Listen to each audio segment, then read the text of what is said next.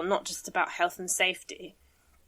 In terms of Zoom calls for staying in touch with your work colleagues, I think that will become more regular simply because it's cheaper.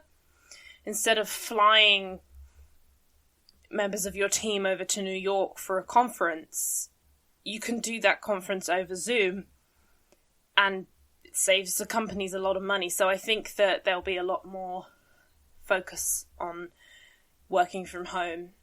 I don't think that people work from home forever, simply because it's a nicer, more productive working environment when you're around colleagues who are doing similar work to you. However, I think that people will continue to work from home maybe once or twice a week, so they get that freedom to work in whatever environment they choose.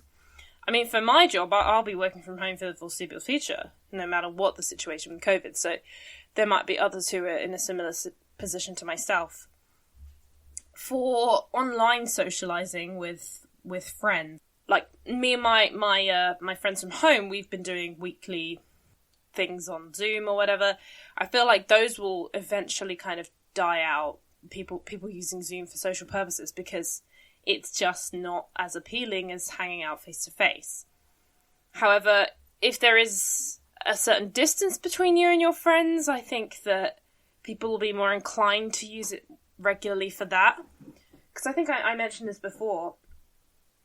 When I've been at uni, I didn't really talk to my home friends very much, but when I was at home, I didn't really talk to my uni friends very much, because I wasn't really a fan of video chats. But I think with the pandemic, because we've all had to kind of adjust to having to use it to stay in touch with people, I think everyone's kind of grown to not hate it as much. I'm not saying that people love it.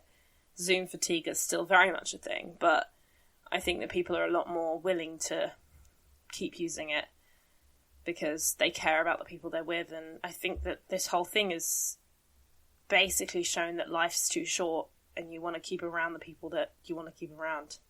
So yeah, I think that's really important. There are other elements of the pandemic as well that I think are important to acknowledge. Obviously, in terms of sickness at work, I'd hope that the policies become a lot more lenient than they were previously.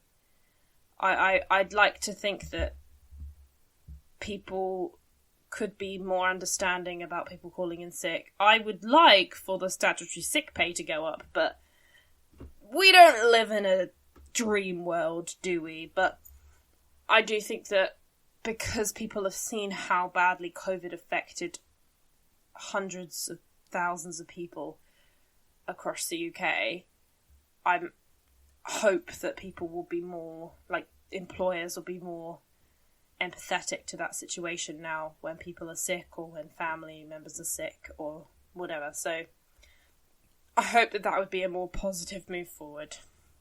And yeah, I'd say that's generally my take on everything. Time for tea and talk. Thank you so much for listening to this week's podcast. As I said, I know it's a really short one, but I'm still getting back into the swing of things after my little week off.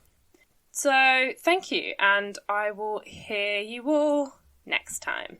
Goodbye. It's Wednesday at 11, so you know what that means. It's time for tea and talk. Oh, what's that? Bitch, please.